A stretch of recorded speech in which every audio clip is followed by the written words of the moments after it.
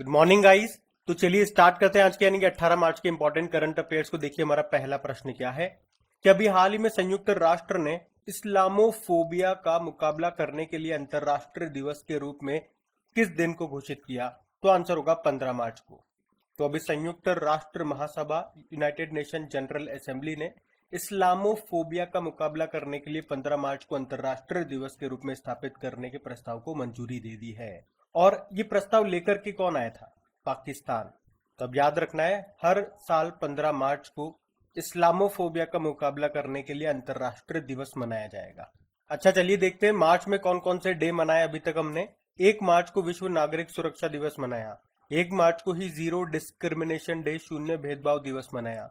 2 मार्च को सिविल लेखा दिवस, सिविल अकाउंट्स डे मनाया। 3 मार्च को वर्ल्ड वाइल्ड लाइफ डे, विश्व वन्यजीव दिवस मनाया। 3 मार्च को ही वर्ल्ड हियरिंग डे मनाया। 4 मार्च को विश्व मोटापा दिवस, वर्ल्ड ओबेसिटी डे मनाया। और 4 मार्च को ही राष्ट्रीय सुरक्षा दिवस मनाया। 7 मार्च को जन औषधि दिवस मनाया। 7 मार्च को विश्व टेनिस दिवस मनाया। 8 मार्च को अंतर्राष्ट्रीय महिला दिवस मनाया। 9 मार्च को धूम्रपान निषेध दिवस मनाया। 10 मार्च को वर्ल्ड किडनी डे मनाया। और अभी 10 मार्च को हमने अंतर्राष्ट्रीय महिला न्याय दिवस भी मनाया था। फिर 14 मार्च को अंतर्राष्ट्रीय गणित दिवस मनाया। 14 मार्च को ही नदियों के लिए अंतर्राष्ट्रीय कार्य दिवस मनाया हमने। 15 मार्च को विश्व उपभोक्ता अधिकार दिवस, वर्ल्ड कंज्यूमर राइट डे मनाया। और अभी 16 मार्च को राष्ट्रीय टीकाकरण दिवस हमने मनाया था। तो मार्च के अभी तक ये सारे डेज हम मना चुके हैं। और मैंने आपको पहले भी बताया है, जनवरी और फरवरी के जितने भी इंपॉर्टेंट डेज है विद थीम, मैंने उसका सेपरेट वीडियो अपलोड कर दिया है। तो अगर आपने उसे नहीं देखा तो जरूर देख लीजिएगा। और अब तो टॉपिक वाइज आपके करंट अफेयर्स की सीरीज भी हम लोगों ने स्टार्ट कर, जिसमें जनवरी के सारे टॉपिक वाइज करंट अफेयर्स हम अपलोड कर चुके हैं। अभी फरवरी के अपलोड हो रहे हैं। जैसे कल रैंकिंग एंड इंडेक्सेस, यानी कि फरवरी में जितने भी रैंकिंग एंड इंडेक्सेस से क्वेश्चन हमने पढ़े हैं उन सभी क्वेश्चंस को कलेक्ट करके एक कंप्लीट वीडियो बना दिया है। उस वीडियो में आपको उसी से रिलेटेड क्वेश्चन मिलेंगे जो उस मंथ में आपने पढ़े हैं। मंथली वाइज हम क्लियर कर रहे हैं ताकि कोई भी क्वेश्चन नहीं छूटेगा। और उसकी क्विज भी आपको मिला करेगी आपकी करेक्ट एग्जाम एप्लीकेशन पे। तो किसी भी चीज को मिस मत करना, सारी इंपॉर्टेंट चीजें आपके एग्जाम रिलेटेड है। और अगर सीरीज अच्छी लगती है, मेहनत अच्छी लगती है तो प्लीज वीडियोस को सपोर्ट जरूर करना। अभी हम बढ़ते आगे। फिर अगला प्रश्न है, ये बहुत इंपॉर्टेंट प्रश्न है कि अभी हाल ही में मिस वर्ल्ड 2021 का खिताब किसने जीता? तो आंसर होगा कैरोलिना बिलावस्का ने। तो कैरोलिना बिलावस्का का नाम अब आपको याद रखना है। और ये है कहां से? पोलैंड से है। और अभी इन्होंने ही मिस वर्ल्ड 2021 का खिताब जीत लिया है। ये इसका कौन सा संस्करण है? 70वां। तो आप क्या कहोगे कि 70वीं मिस वर्ल्ड प्रतियोगिता का खिताब किसने जीत लिया है? तो आंसर होगा पोलैंड की कैरोलिना बिलावस्का ने। इसमें फर्स्ट रनर अप कौन रही? भारतीय मूल की अमेरिकी श्री सेनी। और भारत का प्रतिनिधित्व करने वाली थी मानसा वाराणसी, वो इसमें सेमीफाइनल तक पहुंची। और पोलैंड ने ये दूसरी बार खिताब जीता है। उससे पहले 1989 में पोलैंड ने ये मिस वर्ल्ड का खिताब जीता था। और किसने जीता था? अनीता क्रिगलिका ने। लेकिन वो नाम हमारे लिए इंपॉर्टेंट नहीं है, एग्जाम पॉइंट ऑफ व्यू से बात करें तो मोटा मोटा आपको याद रखना है मिस वर्ल्ड 2021 का जो ये 70वां खिताब है किसने जीत लिया? कैरोलिना बिलावस्का ने। और ये कहां से है? ये पोलैंड से है। ये आपको याद रखना है। और इसी तरह से आपको याद होगा अभी 70वें मिस यूनिवर्स का खिताब किसने जीता था? एक भारतीय ने जीता था, उनका नाम है हरनाज कौर संधू। और कुछ समय पहले हमने पढ़ा था मिस वर्ल्ड 2020 का खिताब किसने जीता था?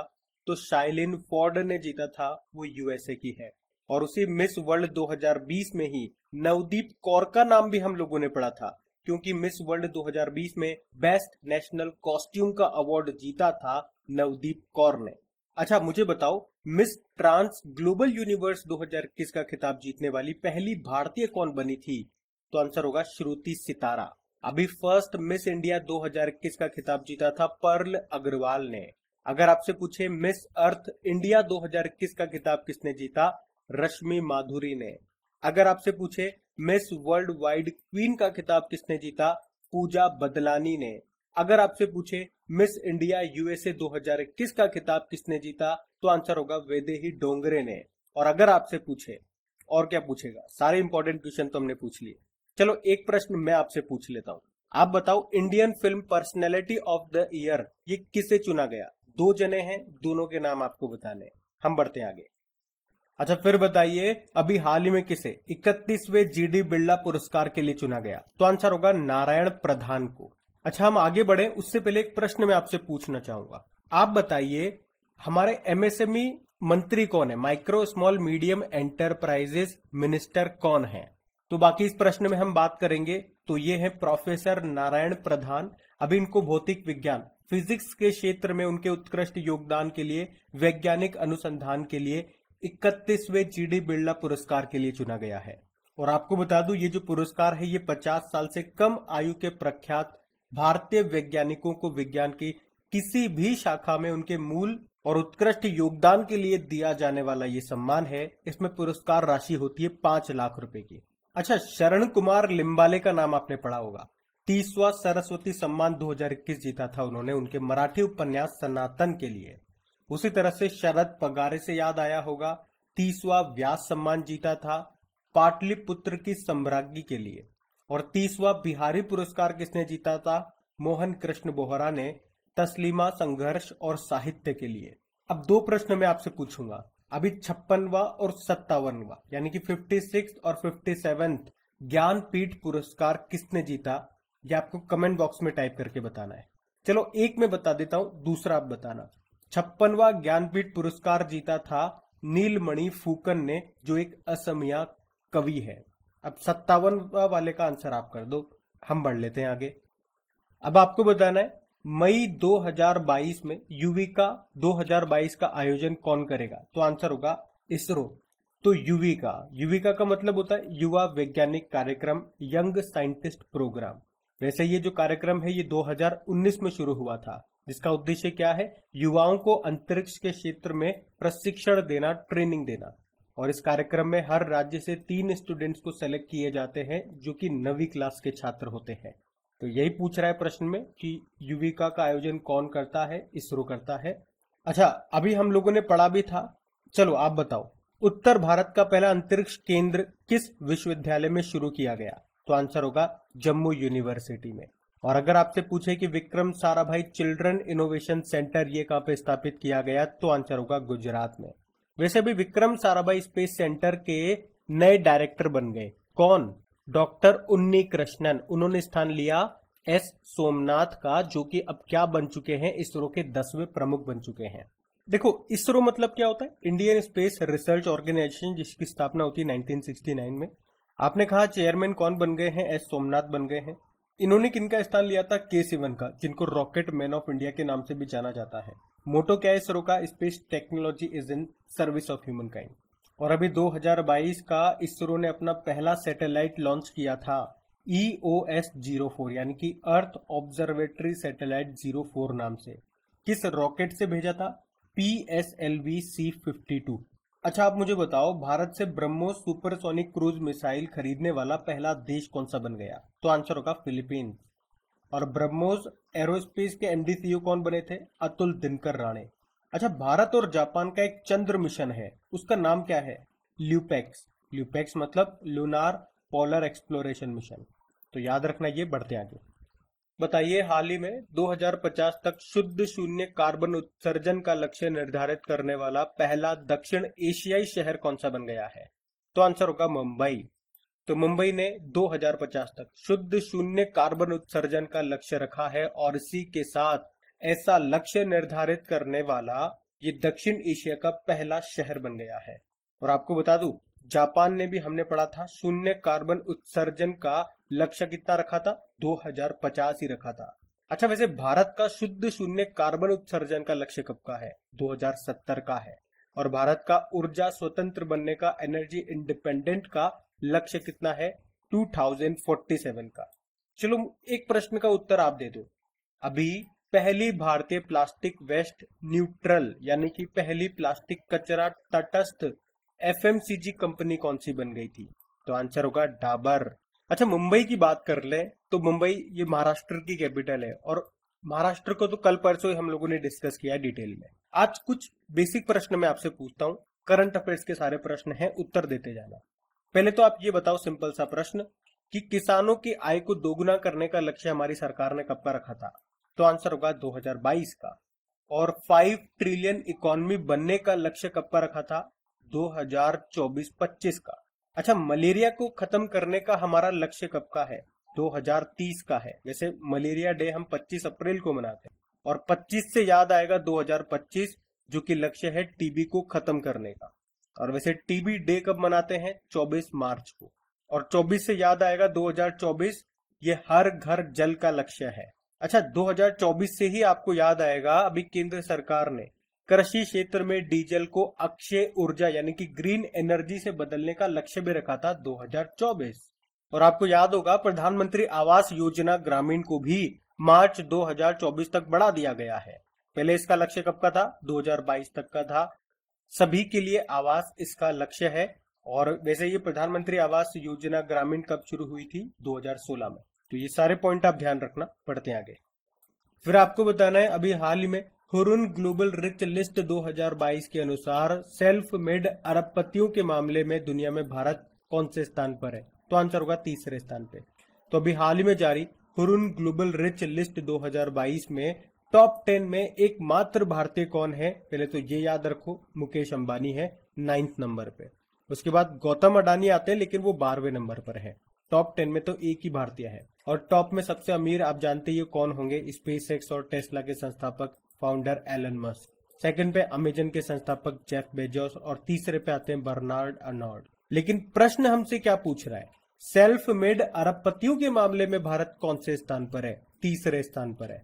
तो भारत में 119 सेल्फ मेड अरबपति है। वहीं चाइना 1050 सेल्फ मेड अरबपतियों के साथ लिस्ट में टॉप पर है। और दूसरे नंबर पे अमेरिका है, जहां पे 523 सेल्फ मेड अरबपति है। सेल्फ मेड मतलब खुद के दम पे बने हैं वो। अच्छा, भारत में अगर बात करें सबसे अमीर, आपने कहा मुकेश अंबानी है। 103 अरब डॉलर की संपत्ति है इनकी। भारत के साथ साथ पूरे एशिया में भी टॉप सबसे अमीर है ये। और भारत में दूसरे सबसे अमीर कौन हो गए? अडानी ग्रुप के गौतम अडानी हो गए। और नायका की जो संस्थापक है फाल्गुनी नायर, ये भारत में सबसे नई अरबपति बनी है। तो ये 2-4 मैंने क्वेश्चन आपको अलग अलग पॉइंट से बता दिए, इनको ध्यान रखना। बढ़ते आगे। फिर बताइए, हाल ही में जारी एक रिपोर्ट के अनुसार किस राज्य का मातृ मृत्यु अनुपात यानी कि मैटरनल मोर्टेलिटी रेशो ये सबसे कम है? किस राज्य का?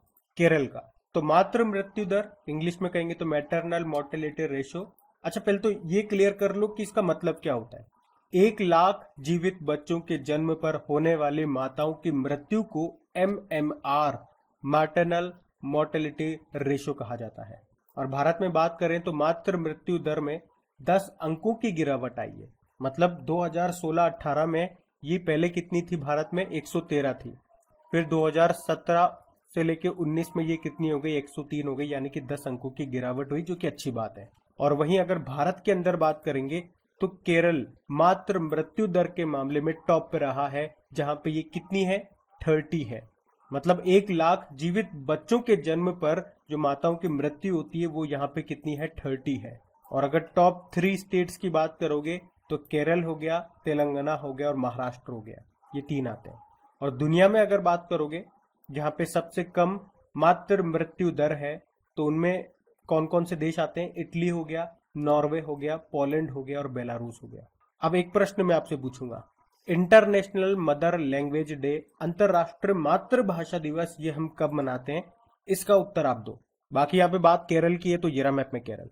देखो, केरल को गार्डन ऑफ स्पाइस मसालों का बाग कहा जाता है। कैपिटल इसकी तिरुवनंतपुरम है। यहीं पे आपको विक्रम साराभाई स्पेस स्टेशन भी मिलेगा। भारत का पहला स्पेस टेक पार्क भी आपको यहीं पे मिलेगा। और यहाँ के मुख्यमंत्री पिनाराई विजयन है। और गवर्नर कौन है? आरिफ मोहम्मद खान। और अभी आपको याद होगा एशिया का सबसे बड़ा वैज्ञानिक वर्ल्ड एटलस ये केरल ने लॉन्च किया था। और अभी केरल ने नीलांबुर में वन उत्पादों को बेचने के लिए एक ब्रांड लॉन्च किया था, जिसका नाम है अदावी ब्रांड। अच्छा, केरल का पहला कारवान पार्क ये कहाँ पे खुला? इडुक्की जिले में। और याद रखना, अगर पूछा जाए किस राज्य में पहली विश्व बधिर T20 क्रिकेट चैंपियनशिप 2023 का आयोजन होगा, तो आंसर होगा केरल में। केरल के तिरुअनंतपुरम में होगा ये। अच्छा बताइए, भारत का पहला श्रमिक आंदोलन संग्रहालय कहाँ पे खोला गया? तो आंसर होगा केरल में ही। और भारत का पहला मेडिकल डिवाइस पार्क ये भी आपको मिलेगा केरल में। तो ये सब ध्यान रखना पॉइंट्स। बढ़ते आगे। फिर बताइए, अभी हाल ही में किस राज्य के कक्षा 6 से लेकर 12वीं तक के छात्रों को भगवत गीता पढ़ाई जाएगी? तो आंसर होगा गुजरात। तो अभी गुजरात सरकार ने राष्ट्रीय शिक्षा नीति के तहत स्कूलों में बच्चों को श्रीमद् भगवत गीता पढ़ाने का फैसला किया है। कौन सी कक्षा से कौन सी कक्षा तक? 6ठी से लेकर 12वीं तक। तो नई शिक्षा नीति के तहत प्रदेश के सभी स्कूल बच्चों को भगवत गीता के सिद्धांत और मूल्य पढ़ाएंगे।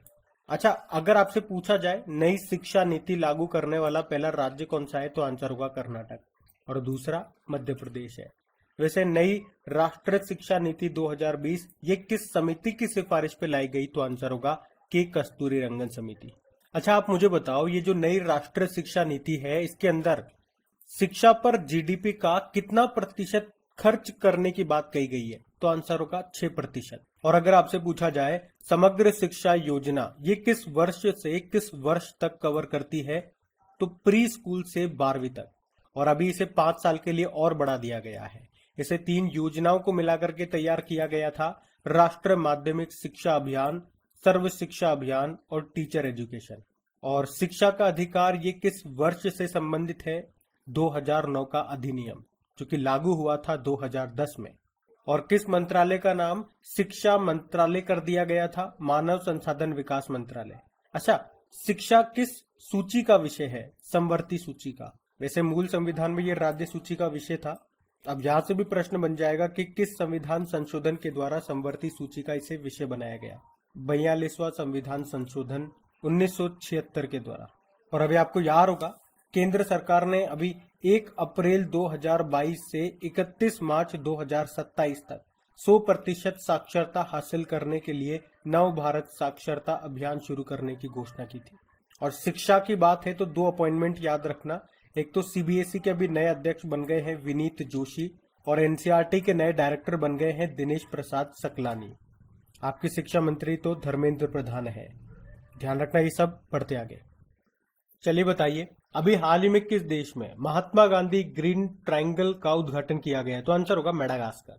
तो अभी आजादी के अमृत महोत्सव को चिन्हित करने के लिए मेडागास्कर में महात्मा गांधी ग्रीन ट्रायंगल का अनावरण किया गया। अभी मेडागास्कर में भारत के जो राजदूत हैं, कौन, अभय कुमार, उन्होंने इस ग्रीन ट्रायंगल का उद्घाटन किया। यहाँ पे ग्रीन शब्द ये सतत विकास, सस्टेनेबल डेवलपमेंट और पर्यावरण को बचाने के लिए उनकी प्रतिबद्धता को दर्शाता है। तो उन्होंने कहा कि इस पार्क का नाम महात्मा गांधी ग्रीन ट्रायंगल रखना महात्मा गांधी जी को एक उपयुक्त श्रद्धांजलि है। मेडागास्कर की बात है तो ये रहा मैप में मेडागास्कर। कैपिटल क्या है इसकी, एंटानानारियो है, और करेंसी है मलागासी एरेरे, प्रेसिडेंट है एंड्री राजो एलिना। ध्यान रखना, ये भी बढ़ते आगे। फिर बताइए, अभी हाल ही में रिलायंस रिटेल ने बिग बाजार की जगह किसे लॉन्च करने की घोषणा की है, तो आंसर होगा स्मार्ट बाजार। एक्चुअली में अभी रिलायंस ने फ्यूचर रिटेल के जो स्टोर्स हैं जिसे आप बिग बाजार के रूप में जानते हो, उनका संचालन अपने हाथों में ले लिया है। और अब रिलायंस इन स्टोर्स का नाम बदल रहा है, यानी कि अब जहां पे बिग बाजार के स्टोर है वहां पे अब आपको बिग बाजार की जगह स्मार्ट बाजार लिखा दिखाई देगा। तो इसका नाम अब क्या हो जाएगा, स्मार्ट बाजार हो जाएगा बिग बाजार से। ये ध्यान रखना, बढ़ते आगे। बताइए, अभी हाल ही में किस बैंक ने IFR एशिया अवार्ड्स 2021 में Asian bank of the year का अवार्ड जीता, तो आंसर होगा एक्सिस बैंक। तो भारत का तीसरा सबसे बड़ा प्राइवेट बैंक है एक्सिस बैंक, जिसे एशियाई निवेश बैंकिंग क्षेत्र में व्यापक कवरेज और विशेषज्ञता की गहराई के लिए IFR एशिया के एशियाई बैंक ऑफ द ईयर से सम्मानित किया गया। और इस साल बैंक ने फाइनेंस एशिया एंट्री अवार्ड्स में भारत में सर्वश्रेष्ठ DCM हाउस का पुरस्कार भी जीता। और विश्व स्तर पर बात करेंगे तो मॉर्गन स्टैनली को IFR एशिया अवार्ड्स 2021 में bank of the year award से सम्मानित किया गया था। अच्छा, नाबार्ड से आपको याद आता होगा, इसने प्राकृतिक खेती को बढ़ावा देने के लिए भी जीवा कार्यक्रम शुरू किया था। और जम्मू कश्मीर बैंक ने SHG self help group bank linkage के लिए राष्ट्र पुरस्कार जीता था। और बैंक ऑफ महाराष्ट्र हमने पढ़ा था, अभी ये उड़ीसा में प्रोजेक्ट बैंक सखी लॉन्च करेगा। देखो, एक्सिस बैंक की बात करें तो हेडक्वार्टर इसका मुंबई में है और इसके MD CEO अमिताभ चौधरी हैं। टैगलाइन होती है बढ़ती का नाम जिंदगी। और आपको याद होगा अभी देश में पॉइंट ऑफ सेल मशीन स्थापित करने वाला दूसरा सबसे बड़ा बैंक यही बना था। अभी वियर एन पे कॉन्टेक्टलेस पेमेंट वियरेबल डिवाइस भी इसने लॉन्च किया था। उसके अलावा एक्सिस बैंक ने बायोमेट्रिक आधारित बैंकिंग भुगतान के लिए मिंकासुपे के साथ समझौता भी किया था। और अभी इसने IBS intelligence global fintech innovation award 2021 भी जीता था। उसके अलावा एक्सिस बैंक ने house work is a work नाम से एक पहल भी शुरू की थी। तो ये सब ध्यान रखना, बढ़ते हैं आगे। चलिए बताइए, वित्त वर्ष 2022-23 में मूडीज के अनुसार भारत की GDP ग्रोथ रेट कितनी रहेगी? तो आंसर होगा 9.1%। तो अभी वर्ल्ड रेटिंग एजेंसी है मूडीज, इसने वित्त वर्ष 2022-23 के लिए भारत की GDP ग्रोथ रेट 9.1% रहने का अनुमान लगाया है। तो बात करेंगे कल के वीडियो में पूछे गए प्रश्न के उत्तर की।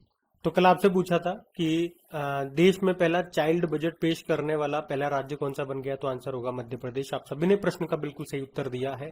और गाइज एक बार फिर से याद दिला दूं, सेशन अच्छा लगा है तो प्लीज इसे सपोर्ट जरूर कीजिए अपने दोस्तों के साथ में शेयर करके। लाइक करना मत भूलिएगा। और आपकी प्रैक्टिस के लिए इन सभी क्वेश्चंस का क्विज बना करके अपलोड कर दिया। इसकी PDF भी आपको मिल जाएगी। कहाँ पे? आपकी क्रैक एग्जाम एप्लीकेशन में, जिसका लिंक आपको नीचे डिस्क्रिप्शन में मिल जाएगा। टेलीग्राम यूज करना चाहते हो तो उसका लिंक भी आपको नीचे डिस्क्रिप्शन में मिल जाएगा। अब ये रहा आज का आपका होमवर्क प्रश्न।